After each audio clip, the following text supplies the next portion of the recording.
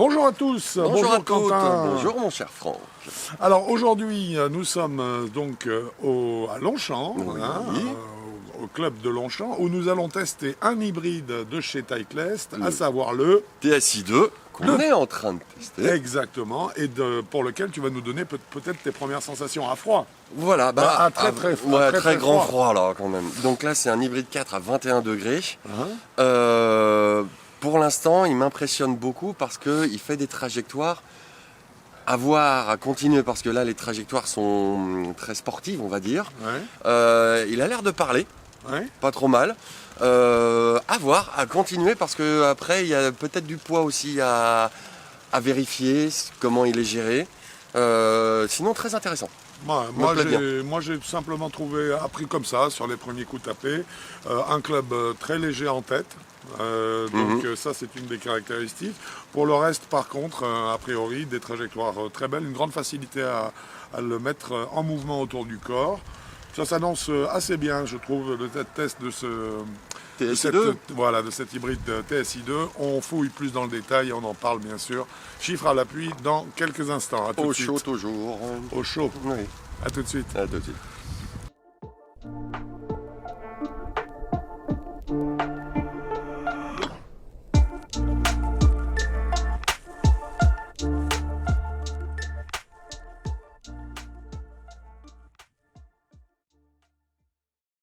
Eh bien, ça y est, il est fait, ce test oui, de du l'hybride TSI 2. TSI 2 de chez Titleist.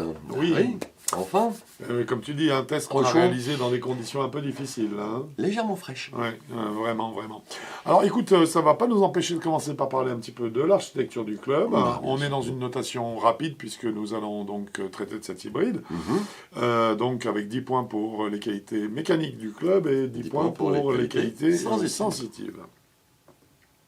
D'un point de vue architectural, on est donc sur un hybride relativement classique, une face forgée avec ce fameux acier Carpenter 455, voilà. c'est ça ?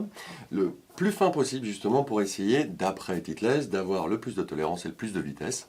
Ils ont allié ça en plus à un centre de gravité assez profond et à un moment d'inertie le plus grand possible, mais toujours sans donner de chiffre. Bien sûr, non mais toujours sans donner de chiffre, exact, voilà. Donc tout ça pour la vitesse et la tolérance. Et pour un meilleur spin aussi. Et un meilleur spin, justement, pour les vitesses modérées. Voilà, exactement. Il y a des réglages de poids qui se font par une mascotte notamment. Apparemment. Qui est plus ou moins proche sur ces modèles-là. Donc on est sur le TSI 2 qui est relativement proche de la face. Voilà. Et qui a priori peut être changé. Changé en poids, normalement. En poids pour varier un petit peu, je dirais, la présence de masse, notamment en dessous du niveau de la balle, ce qui va bien sûr favoriser son élévation. Voilà. Alors c'est un club qui est proposé en 3 lofts. En 3 lofts, en 18, 21 et 24 degrés. Donc déjà, ça rétrécit un tout petit peu le champ des joueurs. D'accord. Et est-ce que c'est droitier-gaucher? Tu ne sais? Eh ben, on ne sait pas. On ne sait pas, c'est pas précisé. Pour l'instant, non, c'est pas précisé. Donc pour l'instant, droitier, c'est sûr? C'est sûr et certain. Je pense que c'est gaucher parce que sinon, en général, ils précisent quand c'est que droitier. Oui. Donc ça doit je être pense que c'est pour les jeux. À vérifier quand même, mais a priori, ça devrait être ça. Deux types de notation, on l'a dit. On va commencer évidemment par la notation mécanique et donc commencer par la qualité des matériaux. Qu'est-ce que tu as à dire à ce sujet-là? Eh ben moi je trouve que c'est très bien fait. Oui. C'est magnifique. Oui. Les matériaux sont bien choisis, la face est bien, il est propre. Enfin, c'est Titleist. Voilà, les grands groupes de golf sont efficaces. Ils arrivent à avoir vraiment des qualités de matériaux, d'acier, de tungstène, de tout qui sont formidables. Et puis ils arrivent à faire également, pour toutes les parties rapportées en carbone, ils arrivent à faire des choses assez élégantes avec des tressages en carbone, ci et ça. Et c'est vrai qu'à ce niveau-là, les plus grandes marques font les plus beaux matériaux. Donc, voilà. Alors c'est important, on l'a vu, parce que ça va aussi définir la durée de vie du club. Oui. Là, on est sur ce type d'hybride-là, parce qu'on est dans une construction assez traditionnelle. Pour moi, venant de chez Titleist, ce sont des hybrides qui peuvent durer 10 ans. Ah, sans problème. C'est sans problème. Sans aucun souci. Surtout qu'en fait, moi j'ai quand même un tout petit bémol à donner sur les matériaux, parce que c'est vrai microscopique, que oui, c'est microscopique, mais on est là aussi pour ça, pour relever les choses qui ne sont pas si évidentes que ça. C'est qu'en fait, malheureusement, nous avons testé, alors malheureusement, façon de parler, nous avons testé cet hybride après avoir testé la totalité des drivers de la série TSI également. Et il se trouve que tous les drivers sont équipés de la fameuse phase de club en titane ATI. Voilà, exactement. Et en fait, la différence, quand on passe sur cet hybride, fait vraiment de la peine, parce que je pense que s'ils avaient réussi technologiquement à équiper l'hybride de cette phase de club-là, on a adoré sur le driver, hein, franchement. Ah, oui.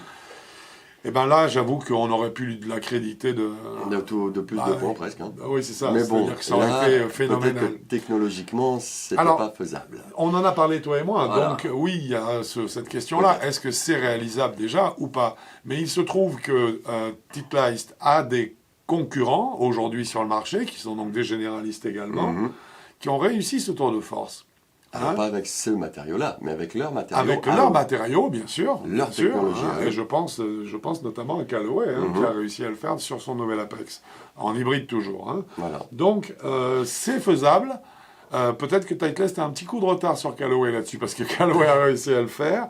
Et c'est dommage, parce que sinon, la qualité des matériaux aurait été telle que vraiment ce club aurait été... magique. Magique, à mon avis. En statique, qu'est-ce que tu en as pensé ? Alors en statique, j'ai rien à dire, sauf une petite chose. J'ai eu l'impression qu'en le posant au sol, alors il pose bien, il est à plat et tout, c'est que j'ai une légère impression qu'il est orienté à droite. Pour un droitier, donc j'ai eu la même légèrement ouvert. Ouais, j'ai eu la même impression. Alors ça, il faut le savoir, c'est un petit peu particulier, parce qu'on a l'impression, tu as raison, une impression. Ouais, on a l'impression que quand on est à l'adresse, si le club repose vraiment bien sur la semelle, on a une phase de club qui est légèrement, cette fois-ci, open face. Donc, entre guillemets, qui va être orientée naturellement de quelques degrés à droite de la cible. Alors, c'est possible que ce soit le cas. Voilà, on a eu du mal à... Voilà, quand c'est le cas, il faut savoir qu'il y a une raison à ça. C'est qu'en fait, c'est un parti qui est pris par le fabricant. Le fabricant estime qu'en vous incitant à aller sur une phase de club plutôt légèrement ouverte à l'adresse, ça va inciter le joueur pendant le swing à refermer la phase du club. Voilà. Alors qu'une phase de club qui est hook face, qui généralement veut compenser les effets à droite, eh bien c'est le contraire qui se produit avec elle. On a tendance à on a tendance à ouvrir pour être sûr que le club va revenir square. Et là, effectivement, c'est là où on ouvre la porte à tous les effets à droite qui sont si... pénible, voilà. Désagréable, voilà. Donc il y a peut-être une raison à ça, mais c'est vrai qu'on a noté quand même. On a noté, mais personnellement, je trouve, on verra ça dans les trajectoires. Voilà, alors ça n'a pas eu de grande répercussion sur la trajectoire de la balle, c'est clair. En stabilité, dis-moi. En stabilité, moi j'ai trouvé quand même très stable. Moi j'ai trouvé très stable aussi. C'est juste, comme on l'a dit, comme il y a des poids interchangeables dans la tête de club, je pense qu'on n'a pas eu le bon poids pour nous. Alors c'est possible, oui. Je pense quand même que c'est un poil léger. Et du coup, ça nous impose un rythme plutôt que d'avoir un club qui s'adapte au rythme de chacun. Alors je t'avouerai que non seulement je partage, mais pour moi c'est le problème majeur de ce club. C'est-à-dire que je trouve qu'il y a dans son équilibrage, il y a un petit manque de poids en tête de club. Ce qui veut dire que c'est un club pour lequel on a l'impression de swinger beaucoup le shaft. Oui. Ça signifie qu'en fait, c'est un club qui va convenir très très bien aux joueurs qui ne sont pas des gros utilisateurs de poignées, les gros manipulateurs de balles. Ceux-là, c'est pas un club qui va leur plaire parce qu'on n'a pas de poids en bas. Non. On sent pas la tête de club. On sent que le manche. Donc, quelque part, jouer avec un manche qui n'a aucun... C'est pas l'idée, il a du poids, bien sûr, mais qui n'a pas un poids suffisant au bout, c'est un petit peu perturbant. Ça, c'est pour moi, c'est la plus grosse faute de ce club, qui est truffé de qualité par ailleurs. Selon moi. Tu es d'accord là-dessus ? Je suis d'accord, c'est pour ça qu'après, on peut passer au stock shaft et stock option, parce que, justement, peut-être qu'en changeant le shaft... Alors oui, c'est possible, mais tu as raison, mais je pense pas que si on reste sur une rigidité... qui correspondent à nos vitesses. Oui, là, non, ça va pas. Tu vois ce que je... voilà, si on reste sur du stiff, par exemple, pour nous, il est évident que la tête de club, si on reste en Steve, que ce soit un manche ou un autre, va de toute façon être trop légère. Tu vois. Et pour qu'on la ressente plus, il faudrait qu'on passe sur du régular. Voilà. Et là, d'un seul coup, on va commencer à en mettre un peu à droite, un peu à gauche, tu vois. Ouais. Donc, quelque part, non, je dirais que c'est une alchimie qui concerne la totalité des parties du club. Et il faut qu'il y ait un équilibre qui soit cohérent entre chacune de ces parties.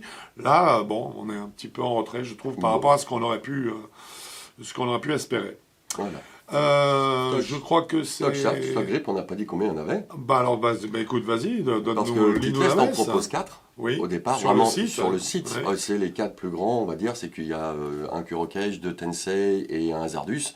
Sauf que quand on fouille un tout petit peu, il y en a au moins une vingtaine. Alors, on parle bien de stock shaft, c'est-à-dire sans surcoût. Sans surcoût, donc voilà. Déjà ça c'est magnifique. Voilà. En grip, encore sur leur site, ils ne mettent en avant qu'un seul grip, Oui. alors qu'il y en a au moins 12. Il y en a 12, on en a comptabilisé 20, on a comptabilisé 20 shafts et 12 grips. Hein, donc, voilà, donc là c'est jackpot au niveau des stock shafts. Je reprécise une fois de plus, sans surcoût. Hein, c'est-à-dire que c'est le prix la prestation normale que vous pouvez attendre lorsque vous faites l'acquisition de ce club. Ensuite, il ne reste plus que le spin dans les mécaniques. Voilà. À voir, qu'est-ce qu'il nous a donné ce club-là? Alors, le spin, en moyenne, il a été à 4100 tours minute. Le backspin, donc. Voilà, le backspin, sachant que la moyenne PGA est de 4400 tours minute. 4400 tours minute pour des hybrides qui sont entre 15 et 18 degrés. Là, on avait un 21. On avait un 21. Donc, on aurait dû en avoir un peu plus que ça, parce qu'on aurait été très bien. Mais là, il en a moins. Donc ça, c'est génial, parce que justement, un hybride, il ne faut pas en avoir de trop non plus. Voilà, mais ça s'explique aussi par cette mascotte qui est assez près de la face de club, qui donc quand même en fait un club qui n'est pas le club le plus facile de la série TSI concernant les hybrides. Donc effectivement, le taux de spin est à peu près, je dirais, dans la norme. Bien, hein. Et en tout cas, nous, à jouer, on l'a trouvé très confortable. Normal, très Surtout qu'il n'a produit, mais ça on le verra au niveau des trajectoires, il n'a pas produit d'aberration au niveau justement de ses trajectoires de balles. Hein. Alors, nous avons fait le tour des qualités mécaniques, et cela nous donne quand même la note assez extraordinaire de 9,5 sur 10 points concernant les qualités mécaniques de cet hybride TSI2. Nous allons donc bien sûr passer maintenant aux qualités sensitives. Mon cher Quentin. Mon cher Franck. Et si on parlait puissance? Avec grand plaisir, puisque ça intéresse tout le monde. Alors on va simplement donner un smash factor. La puissance, surtout sur les tests réalisés en cette saison, étant plus relative, la distance étant plus relative, parce que les balles, comme vous le savez, subissent très mal les descentes en température, ce qui ne donne pas des résultats tout à fait parlants. Ils ne sont pas très parlants en fait. Hein. Mais le smash factor, oui. Lui, je bouge pas, lui, c'est toujours ça. Alors la norme, je sais ce que c'est 1,48 la norme PGA. 1,46. 1,46, pardon. 1,46. Et nous l'avons monté à combien? 1,48. Eh ben voilà. Tu vois, je te disais que c'était 1,48. Il y avait 1,48 quelque part. Donc 1,48. Donc smash factor parfait. Donc voilà, donc la puissance du club est excellente, il n'y a rien à dire à ce niveau. Et puis surtout, on voyait les balles partir. Hein. Oui. Il n'y avait aucun doute. Hein. Non. Là, c'était pas une question d'appréciation ou d'interprétation. Hein. Non. C'était clair et net. Trajectoire de balle, hauteur maximale, qu'est-ce que ça nous donne? Alors la hauteur maximale, elle est en moyenne pour nous à 30 mètres, ce qui est à peu près la hauteur d'un drive. C'est la hauteur standard d'un drive. Voilà. Personnellement, j'ai pas trouvé ça super haut en fait. Alors non, parce que la balle n'y grimpe pas en cloche, une fois de plus. Voilà. C'est qu'en fait, elle y va, mais tout droit. Voilà, elle y va magnifique. C'est des trajectoires parfaites. C'est superbe. C'est très très beau et on a une impression. Alors c'est assez étonnant parce qu'on a un taux de backspin qui est légèrement supérieur à la norme. Mais ce qui est étonnant, c'est que... Non, inférieur à la norme. Inférieur à la norme, mais qui est quand même pas trop loin non plus, on va dire. Ce qui est étonnant, c'est qu'en fait, on a vraiment une rectitude, mais ça c'est le spin, tu as raison, une rectitude dans la trajectoire. On n'a absolument pas la trajectoire exponentielle qui fait que la balle monte. On n'a pas une espèce de cloche. Jamais. Non plus dans l'autre sens, jamais dans ce sens-là, jamais dans le sens exponentiel qui est on croit qu'on fait de la puissance, mais on génère rien du tout. On fait que du backspin. Voilà, on fait que du backspin. Non, vraiment très belle trajectoire pour un Apex qui est très très très bon. Puis ça trace sa route, et puis en plus surtout, alors les effets sont légèrement diminués.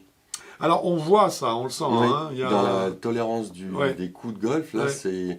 on voit que les slices sont amoindris, les fades aussi, au draw hook, en fait, tous les effets latéraux sont amoindris, malgré le fait qu'il y ait du backspin, mais pas tant que ça par rapport à la norme. Ouais, mais Donc, c'est là où ils ont bien joué le coup. Hein. là, ils ont très bien joué. Personnellement, je le trouve super agréable. Ouais, Là, ouais. waouh! Et il met bien en confiance au niveau des trajectoires. Là, Vraiment, non, non, de très belles trajectoires et Mhm. un très bon compromis entre le, comme on l'a dit, entre le taux de backspin, le loft, Mhm. hein, divers éléments qui fonctionnent bien et qui font que c'est un club qui arrive à gommer un petit peu des trajectoires à Latérales. effet, mais qui reste quand même très franc, très sain, Mhm. et qui garde quand même, puisqu'on est dans la partie sensitive, on peut en parler, une grande clarté au niveau du feedback. Ah ouais, ouais, c'est pas mal. Oui. C'est Hein. là-dessus, j'étais un petit peu, pas déçu, mais j'ai été un petit peu, quand on décentrait un peu la balle, on gardait un contact agréable, mais on savait pas trop où on la tapait exactement. On savait qu'on l'avait prise bien, elle était dans la zone de confort. Ouais, ouais, ouais, ouais. Mais le point parfait était pour moi limite indéfinissable parce que je me suis retrouvé avec des smash factors de 1,40 à 1,45, voire même un peu en dessous, où je me Parce suis qu'il dit, est assez sensible à c'est l'angle bizarre. d'attaque, par Oui, contre. ah oui, il est sensible à ça. Je me suis rendu compte Mais sur la session de travail. le son restait agréable, Oui, oui. le toucher, par contre, mais j'avais pas de point précis.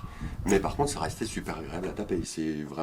C'est là pour moi, il manque ce petit côté pédagogique à ce club au niveau du feedback pour savoir Oui, talent il pourrait en pointe. donner un tout petit peu plus. Un tout petit peu plus, Ouais. ça m'aurait suis ça m'aurait d'accord avec vraiment mis en émoi. Mais surtout sur les coups qui sont proches du centre. Hein. Ah oui, surtout dès que c'est proche du centre. Parce on que dit dès pas. qu'on s'éloigne, quand même, on le ressent bien. Hein. Si on prend un point de talon. C'est pour ça, oui, c'est pour Et ça que je lui-même parlais de zone réagit. de Et confort. lui, il réagit aussi. C'est là où, Mhm. quelque part, on touche les limites de son moment d'inertie, parce Mhm. qu'on a une tête d'hybride. Hein. C'est une tête d'hybride, c'est pas Voilà. gros. Hein. On n'a pas un gros volume.